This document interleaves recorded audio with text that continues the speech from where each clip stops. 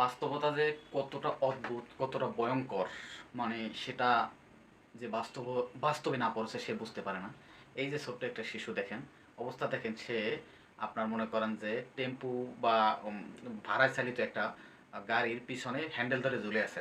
ঠিক আছে, টেম্পু বা ভাড়ায় চালিত একটা গাড়ির হ্যান্ডেল ধরে ঝুলে আছে। এই বয়সে একটা শিশু, আপনি মনে করেন কি সে টাকার কি বুঝে, কয় টাকা কত নোট, সেটা তো মনে হয় যে আমরা ক্লাস 5 6 উঠে বুঝি না এটা কয় টাকার নোট এবং এটা দিয়ে কি পাওয়া যায়, এটা মনে হয় বুঝতাম না। 1 টাকা 2 টাকার বেশি সে মানুষের থেকে টাকা নিচ্ছে, মানুষকে টাকা আবার ফেরত দিচ্ছে।